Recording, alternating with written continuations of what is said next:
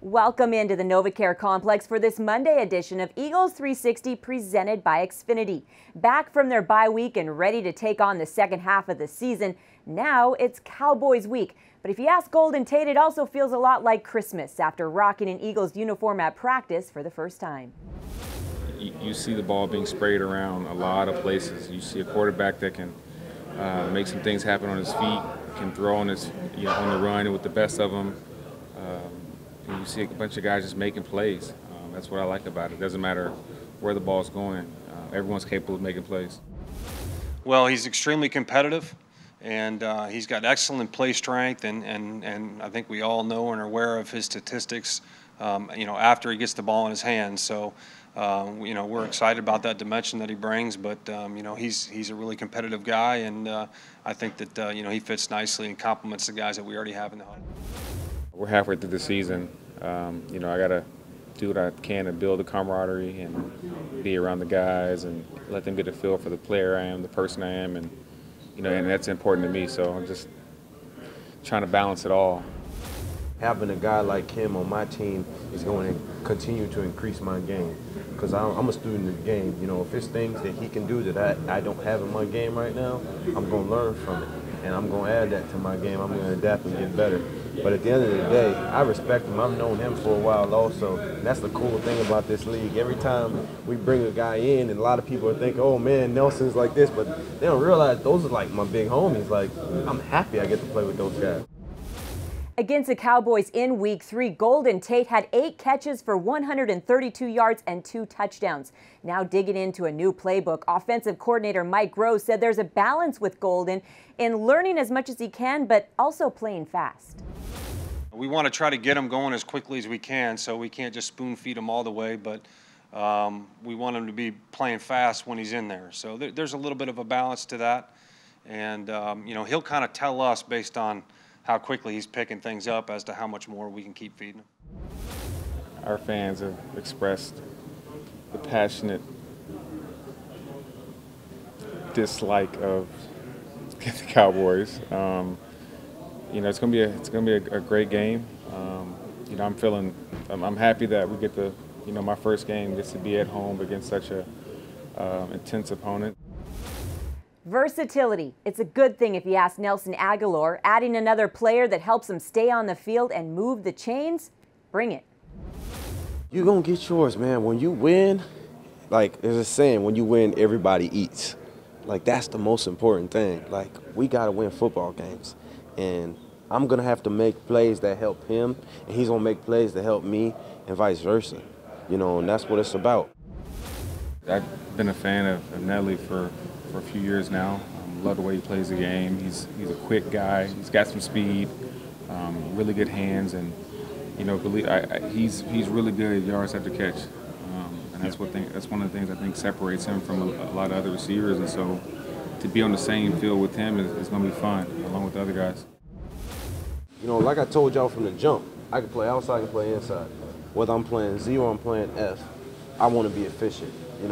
A lot of people are like, oh, move him back in the slot. Man, I'm trying to play football, and I'm going to make plays, and if that means I'm going to get more chances to run big posts or whatever, I'm trying to make whatever plays come my way.